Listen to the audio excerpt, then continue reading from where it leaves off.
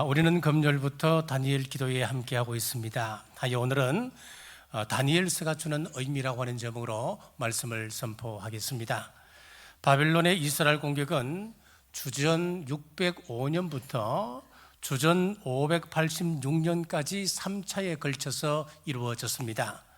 바벨론의 이스라엘 그리고 다니엘은 1차 공격 때 포로로 잡혀갔습니다. 그리고 성전 기물들도 바벨론으로 옮겨졌습니다. 다니엘이라고 하는 이름의 뜻은 하나님은 나의 재판장이시다, 이런 뜻을 가지고 있습니다. 다니엘서의 특징인 하나님의 절대 주권과 잘 어울리는 이름이라 할 수 있습니다. 다니엘서에는 당시 세상을 지배했던 애굽, 아수르, 바벨론, 메데바사, 헬라, 그리고 로마 등 제국들이 세상을 호령하다가 역사의 뒤안길로 사라진 그 나라들과 이후에 사라질 나라들로 가득합니다. 유다의 심판과 열국의 심판은 우연이 아닙니다. 우리 하나님은 죄를 간과하시는 분이 아니십니다. 범죄한 자에게 회개의 기회를 주시지만은 그 회개의 기회를 주실 때에 회개하지 않는다면 하나님은 심판하십니다. 역사상 많은 국가들이 이스라엘을 공격하게 된 영적인 이유가 바로 여기에 있습니다. 놀라운 것은 다니엘은 이 모든 일을 예언하고 있고 그 계시대로 지금까지 역사가 그대로 진행되고 있다고 하는 사실입니다. 심지어는 재림에 임박하여 적 그리스도의 출현까지도 다루고 있습니다. 그만큼 다니엘서는 그 스케일이 크고 웅장합니다. 그런데 하나님의 이런 역사를 믿지 않는 사람들은 몇 가지를 부정하려고 합니다. 첫째, 다니엘이 이 책을 썼다고 하는 것을 부인합니다.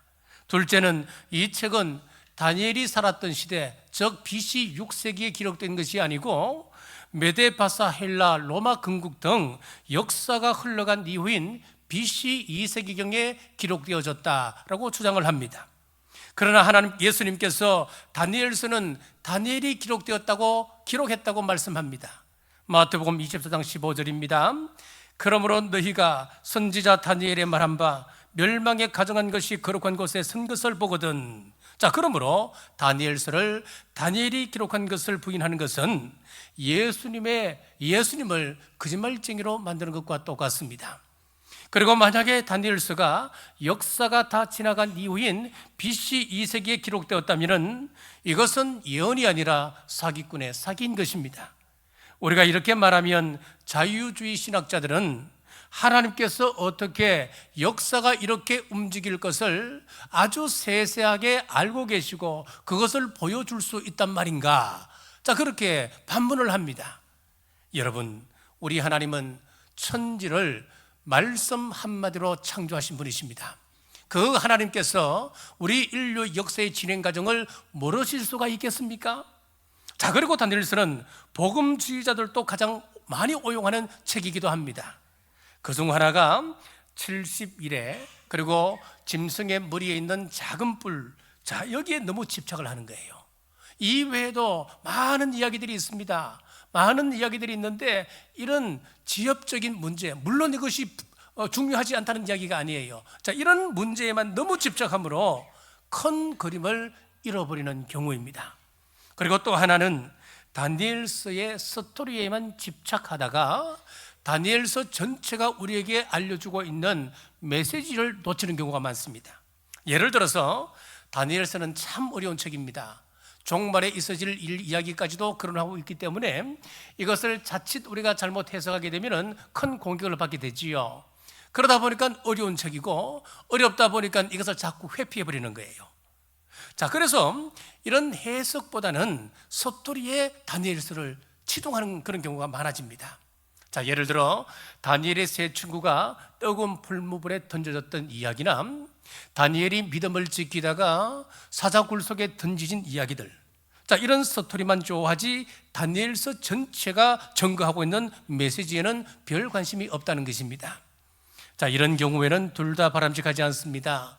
디모데후서 3장 16절 말씀에 보시면은 모든 성경은 하나님의 감동으로 된 것으로 교훈과 책망과 바르게 함과 의로 교육하기에 유익하니, 그렇습니다. 우리가 나눌 다니엘서도 우리가 하나님을 더 잘 섬길 수 있도록 교훈하는 책입니다. 하나님 나라 귀한 일꾼으로 훈련시키는 훈련의 책입니다. 그러므로 다니엘서를 읽을 때에 퀴즈 문제를 풀듯이 풀어서는 안 되는 겁니다. 이 책을 통하여서 하나님께서 내게 원하시는 것이 무엇이고, 또 하나님을 섬길 때 어떤 방식과 어떤 자세로 섬기기를 원하실까, 이런 질문을 던져가며 실천적인 입장에서 이 말씀을 읽으셔야 합니다. 자, 첫째, 다니엘서는 하나님이 역사를 주도하심을 가르칩니다. 2절 상반절입니다. 주께서 유다왕 여호야김과 하나님의 전그릇 얼마를 그의 손에 넘기심에. 자, 여기 유다왕 여호야김은 25세의 나이로 왕위에 올라서 11년 동안 정치를 하다가 36세의 왕위를 내려왔습니다. 1절입니다. 유다왕 여호야김이 다스린 지 3년이 되던 해에 바벨론 왕 느부갓네살이 예루살렘에 이르러 성을 에워쌌더니, 자, 그의 아버지 요시야는 참 훌륭한 왕이었습니다. 종교 개혁을 단행했던 왕이었습니다. 그런데 그의 아들이었던 여호야김은 악한 왕 중에서도 악한 왕이었습니다. 열왕기하 23장 37절에 이렇게 평가를 하지요. 여호야김이 그의 조상들이 행한 모든 일을 따라서 여호와 보시기에 악을 행하였더라. 그의 대표적인 악행이 예레미야 36장에 기록되어져 있습니다. 예레미야가 바룩을 시켜서 두루마리에 하나님의 말씀을 적게 했습니다. 그리고 그 두루마리를 읽게 만들었습니다. 읽는 가운데 이 여호야김 왕이 어떻게 하느냐, 그 두루마리를 작은 칼을 가지고 조각을 내고 불에다 던져버렸습니다. 그러니 저기 3년 만에 국제 정세에 큰 변화가 일어나는데, 신흥 국가인 바벨론이 건동 지방의 강자였던 아수르와의 전쟁에서 승리를 하고 강자로 떠오르게 됩니다. 그러니까 그 밑에 있는 그 애굽 왕 바로 느고가 위협을 느끼는 것 아니겠습니까? 갑자기 팽창하는 것에 대한 불안을 느끼고, 이 바로 느고가 갈그미스에서 전투를 하는데 이 전투에서도 바벨론이 승리를 합니다. 그래서 중동 지방의 패권을 잡게 되는 것이지요. 그 기세를 몰아서 느부갓네살이 같은 해인 BC 605년에 예루살렘을 침공했던 겁니다. 1절 하반절입니다. 예루살렘에 이르러 성을 에워쌌더니, 성을 에워쌌습니다. 자, 우리가 에워싸면은 세 가지 목적이 있습니다. 첫째는 사탄의 편에서 하나님의 백성을 무너뜨리기 위함입니다. 그리고 두 번째, 하나님 편에서는 자기 백성의 회개를 위한 징계입니다. 그리고 세 번째 목적은 백성 스스로에서 범죄의 결과입니다. 우리 교회를 무너뜨리기 위해서 악한 세력이 둘러친치고 있습니까? 우리가 기도하고 깨어있으면 마귀는 일체 공격 못합니다. 혹 한 길로 왔다가 7길로 도망하게 될 것이라고 말씀하고 있습니다. 그러나 하나님을 떠나보십시오. 미지근한 신앙생활을 해보십시오. 당장 마귀가 에워쌉니다. 성을 함락시킨 느부갓네살이 두 가지 일을 합니다. 하나는 젊고 유능한 유대의 귀족 엘리트들을 포로로 잡아가는 것이었고, 또 하나는 성전 기물을 빼앗아 신할 땅 자기들의 신전으로 옮겨가는 것이었습니다. 자, 여기서 다니엘 신학의 중요한 배경이 나타나 있습니다. 자, 2절입니다. 주께서 유다왕 여호야김과 하나님의 전그릇 얼마를 그의 손에 넘기심에 그가 그것을 가지고 신할 땅 자기 신들의 신전에 가져다가 그 신들의 보물창고에 두었더라. 자, 여기서 주어를 한번 찾아보십시오. 이 주어를 찾아보면은 주께서라고 하는 것입니다. 주께서라고 하는 이 주어가 이 말씀에서 굉장히 중요합니다.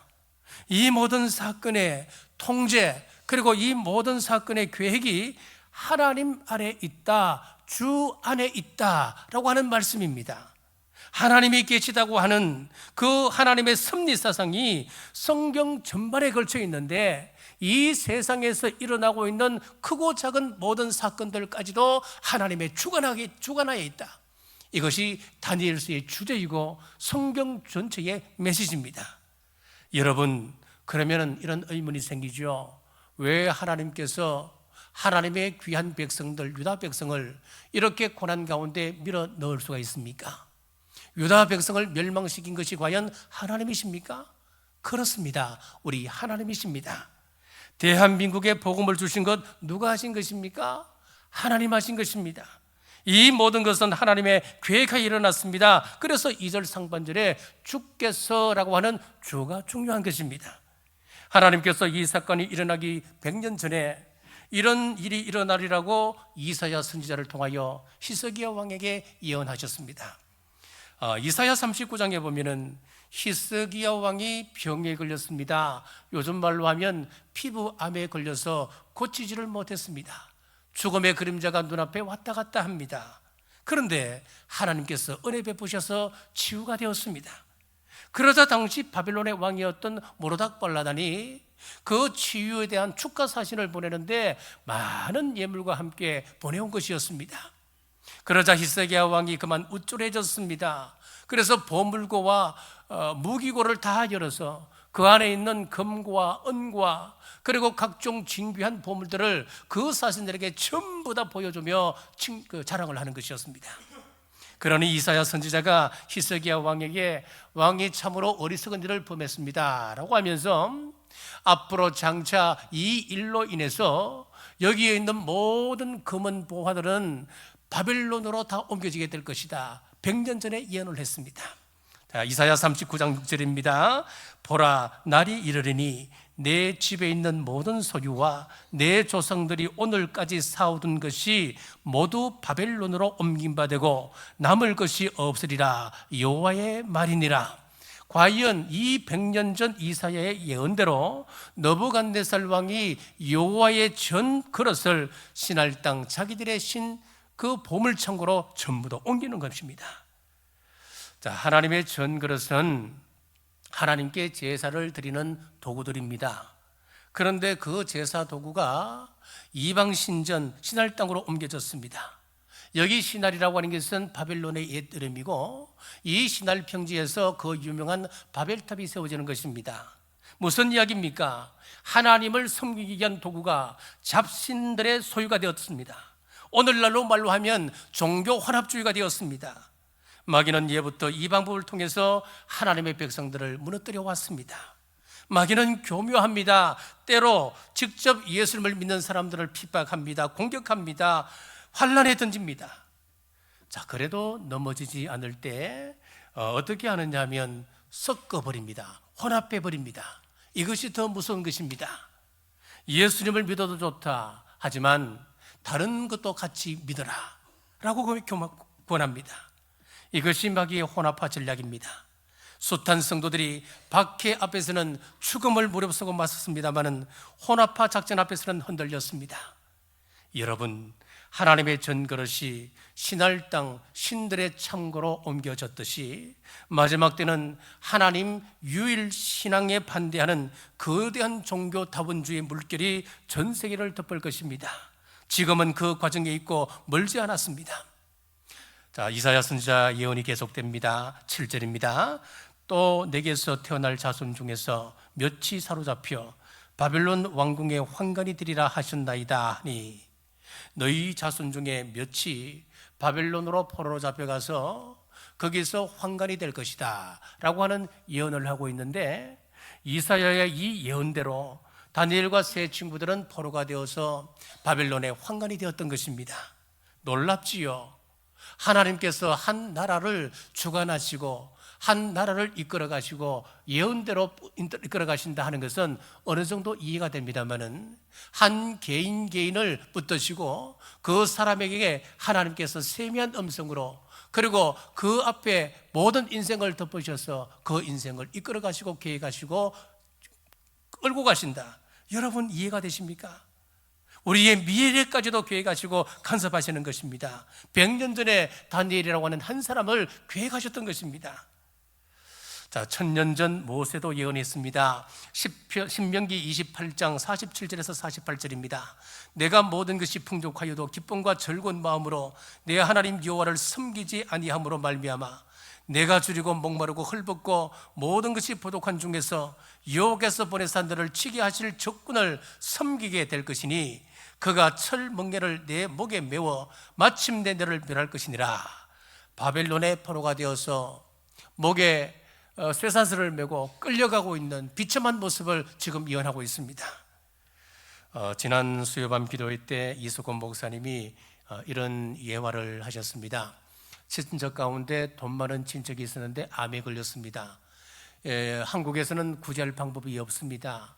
그래서 이분은 돈이 많이 있기 때문에 미국에서 약을 사서 공수받아 여기서 이제 치료를 하는데 그 치료가 얼마나 어렵겠습니까? 몸은 더 쇠약해집니다. 그런 가운데 예수님을 영접했습니다. 예수님을 나의 주, 나의 하나님으로 고백했고 내가 그 제자로 살겠습니다 고백하며 성실하게 그 약으로 치료를 받았습니다. 하나님께서 은혜 베풀어 주셔서 깨끗하게 치유되었습니다. 하나님께서 고쳐주셨습니다. 그런 입술로 고백했습니다. 건강해지니까 이제 말이 달라지기 시작하더랍니다. 역시 돈이 좋아. 내가 돈을 그금을 미국에 보내서 미국에서 약을 샀으니까 내가 이렇게 치유가 된 것이지 하나님은 무슨. 그리고는 교회를 떠났습니다. 교회를 나오지 않습니다. 얼마 후에 재발되었습니다. 이제는 손쓸 수가 없었습니다. 세상을 떠났습니다. 그렇습니다. 많은 사람들이 어려울 때는 하나님을 간절히 찾다가도 먹고 살만해지면 하나님으로부터 멀어집니다.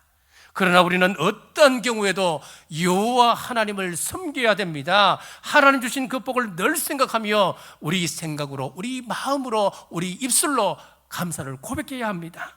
그렇지 않고 돈이나 과학이나 권력을 의지하면 하나님께서 대적을 보내서 멸할 것이다 라고 하는 것이 모세를 통하여 다니엘이 활동하기 1000년 전에 예언된 말씀이었습니다. 자, 이렇게 하나님이 일하시고 심판하신다고 하는 것이 다니엘서의 신학이고 성경 전체의 메시지입니다.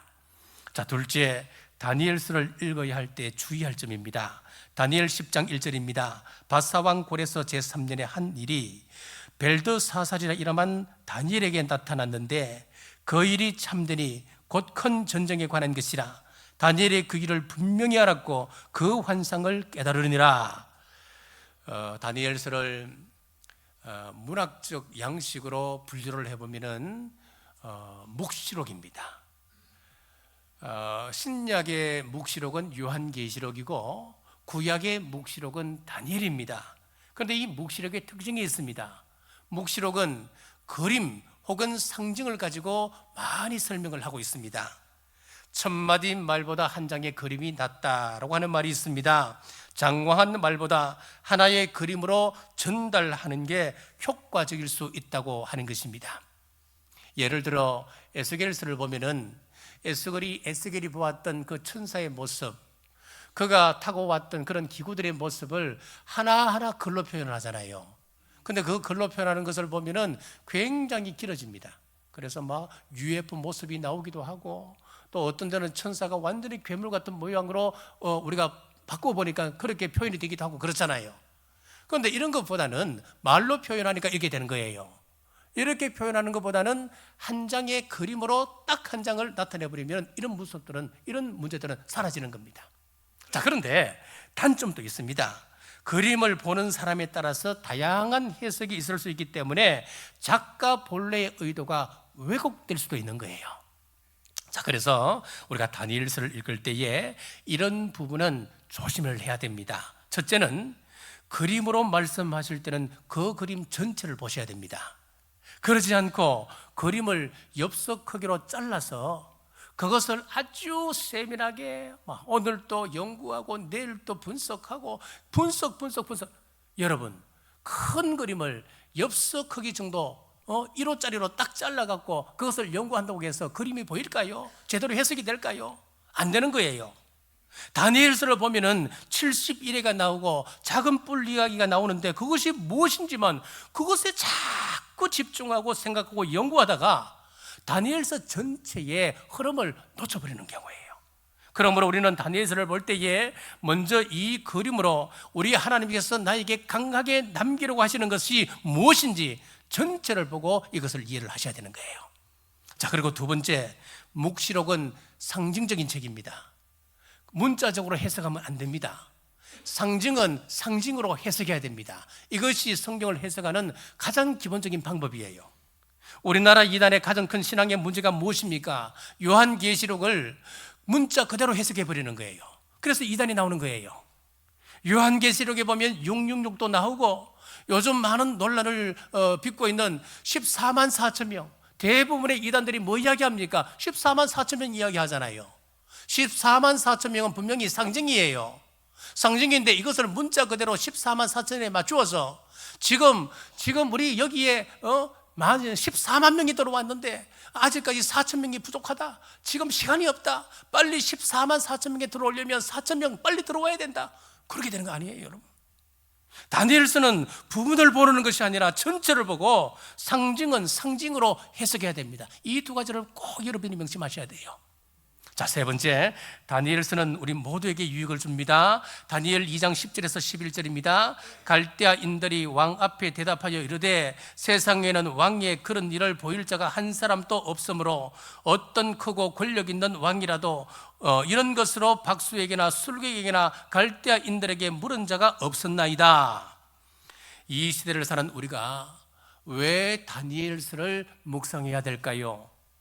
21세기를 사는 하나님의 백성들은 어떤 의미에서 하나님을 대적하고 있는 바벨론에 살고 있는 것과 똑같습니다. 바벨론에서 일을 하고 있고 바벨론에 살고 있으면서 천국을 그리워하며 하루하루 우리는 살아갑니다. 그리워하고만 살라는 겁니까? 다니엘을 보라는 겁니다. 그가 그 속에서 어떻게 승리의 삶을 살았는지 보라는 겁니다. 이것이 이 시대에 다니엘서를 읽어야 하는 이유입니다. 다니엘서는 세 부류의 유익을 줍니다. 첫째는 우리 성도 개인에게 유익을 줍니다. 악한 세상에서 다니엘이 갖가지 핍박을 받았습니다. 압박을 받았습니다. 압박을 받으면서 그가 그 압박을 어떻게 이겨낼 수 있었습니까? 우리는 예수를 믿으면 갖가지 압박이 다가오게끔 되어 있습니다. 불교를 믿는 시어머니가 교회에 다니는 며느리를 압박합니다. 직장에서는 믿지 않는 사장이 주일날 교대 근무를 지시하고 압박을 합니다. 이런 압박은 바벨론에서 다니엘이 이미 다 경험했던 이야기들이었습니다. 다니엘서에서는 마귀가 공격해 올 때에 어떻게 이길 수 있는지 아주 상세하게 기록하고 있기 때문에 우리 성도들에게는 시험을 이기는 표대가 되는 책이 바로 다니엘서입니다. 바벨론 같은 세상에서 어떻게 우리가 예배의 성공자로 살아갈 수 있을 것이며, 그리고 세상 사람들과의 성공적인 인간관계를 어떻게 맺어갈 것인가. 우리가 바벨론의 삶에서 바벨론에 있는 백성들, 그 바벨론에 있는 그 사람들에게 어떻게 효과적으로 예수 그리스도의 복음을 전가하며 살아갈 수 있을까? 나에게 오는 수많은 불같은 핍박을 우리가 어떻게 이겨낼 수 있을까? 이런 문제에 대한 답을 다니엘서가 제공하기 때문에 우리 성도에게 아주 유익한 책입니다. 자, 그리고 두 번째는 다니엘서는 교회에도 유익을 줍니다. 다니엘서의 가장 큰 주제가 무엇이냐면 하나님 나라입니다. 하나님께서 느부갓네살에게 큰 신상의 꿈을 꾸게 하셨습니다. 너무 충격적이었습니다. 너무 큰 꿈이었습니다. 이 느부갓네살이 일어나서 잊을래야 잊을 수 없을 너무나 생생한 꿈이었습니다. 그런데 느부갓네살이 어떻게 하느냐면은 자기는 새카맣게 잊어먹은 것처럼 박수와 그리고 박사와 술객을 불렀습니다. 그래서 술객들에게 이야기하기를 내가 어젯밤에 꿈을 꾸었는데 내가 꿈이 기억이 나지 않는다는 거예요. 거짓말을 하고 있는 거죠. 그리고 그 꿈을 반드시 알려주고 그 꿈이 어떤 내용인지 해석해 달라고 박사와 술객들에게 명령을 했습니다. 그런데 그것을 어떻게 할 수 있습니까? 당황한 박사와 술객들이 이렇게 이야기합니다. 다니엘 2장 10절에서 11절입니다. 갈대아인들이 왕 앞에 대답하여 이르되 세상에는 왕의 그 길을 보일 자가 한 사람도 없으므로 어떤 크고 권력 있는 왕이라도 이런 것으로 박수에게나 술객에게나 갈대아인에게 물은 자가 없었나이다.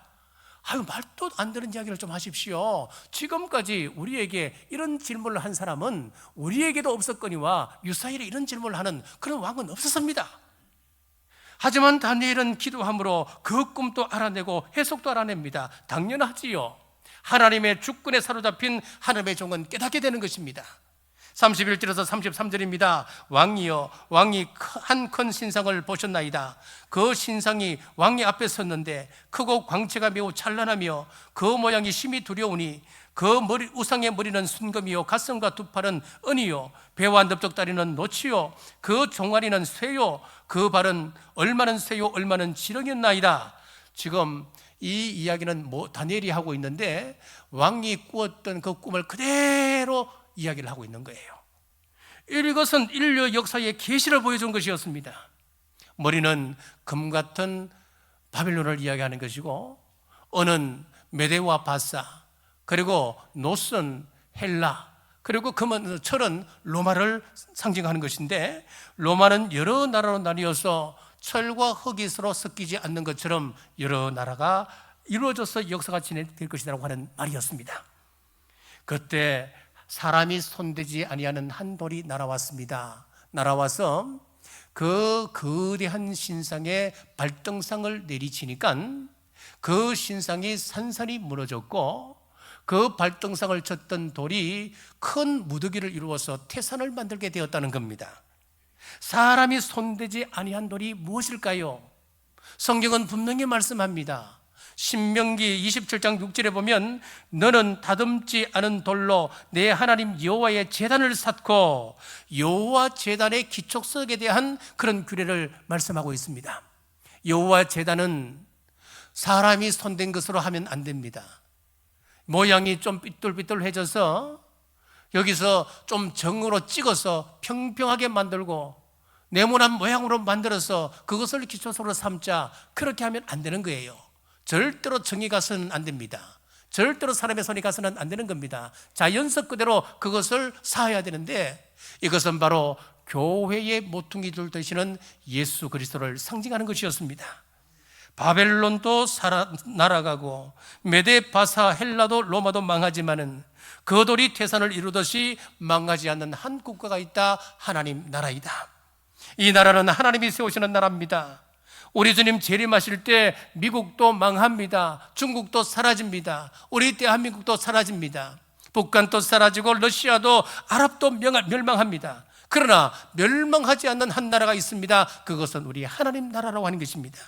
그러므로 대한민국의 시민권보다도, 미국의 시민권이 인기가 좋아도 미국의 시민권보다도 우리 하나님 나라의 시민권이 우선입니다. 중요한 것입니다. 하나님 나라는 영원한 나라요, 그 나라 백성은 영생하는 백성입니다. 그 나라는 영원한 복을 누리는 나라입니다. 이것이 다니엘서가 가르쳐주고 있는 메시지입니다. 중요한 것입니다. 자, 물론 하나님 나라와 교회를 동일시할 수는 없습니다. 하나님 나라라고 이야기하고 교회라고 이야기하지만은 그 교회가 잘못된 방향으로 나아가는 교회가 많기 때문에 그렇습니다. 그런데 예수님을 믿고 구원받은 참된 하나님의 백성들이 모인 곳은 하나님 나라입니다. 그것은 교회입니다. 때로는 원수들이 불구덩이에 던지려 하고 사자구덩이에 던지려 하지만 하나님의 교회는 결단코 무너지지 않습니다. 우리가 하나님의 뜻대로 세워지고 하나님을 믿는 하나님의 성도들로 가득 채워져 있다면 결코 세상의 권세가 흔들지 못하는 것입니다. 자, 이런 다니엘서를 우리 예수님께서 마태복음 16장 18절에서 이렇게 해석을 하신 겁니다. 또 내가 내게 이르노니 너는 베드로라, 내가 이 반석 위에 내 교회를 세우리니 음부의 권세가 이기지 못하리라. 아멘. 이렇게 우리 예수님께서 다니엘의 이런 말씀을 가지고 이렇게 해석을 하신 거예요. 자, 셋째, 다니엘서는 세상에도 유익을 줍니다. 구약 성경 대부분은 이스라엘 백성들이 사용했던 히브리어로 기록이 되어져 있습니다. 구약 성경 대부분이 그렇습니다. 자, 그런데 이 다니엘서가 참 독특한 것은 무엇이냐 하면은 다니엘 4장 중반절부터 다니엘 7장까지는 히브리어로 기록되어져 있는 것이 아니고 아람어로 기록되어져 있습니다. 여러분, 이게 굉장히 중요한 거예요. 의미가 있습니다. 당시 이 아람인들은 여러 곳에 제국을 세웠습니다. 아수르, 그리고 메소포타미아 같은 이런 큰 제국들을 세웠기 때문에 BC 7세기 경에는 아람어가 요즘 영어처럼 국제어가 되어 있었습니다. 그러므로 대부분의 문명국가 사람들은 아람어를 잘 이해하고 있었습니다. 그러므로 다니엘서가 국제 언어인 아람어로 기록된 것은 큰 의미가 있습니다. 하나님이 유다 백성들에게만 말씀하신 것이 아니라 열방 모든 민족에게 주신 말씀이라고 하는 의미입니다. 만약 우리만 비밀로 알고 다른 사람은 죽든 말든 세상 사람은 죽든 말든 내버려 둔다면 그들은 귀에조차 갖지 못하고 멸망의 구덩텅이로 빠지지 않겠습니까? 그래서 세상 사람들에게도 유익한 책이 바로 다니엘서입니다. 말씀을 맺습니다. 왜 하나님은 인류 역사의 흥망성쇠까지 다 관여하실까요? 그 이유는 우리 인류의 흥망성쇠는 하나님 나라가 세워질 밑그림이 되기 때문에 그렇습니다. 여러분, 밑그림이 뭔가요?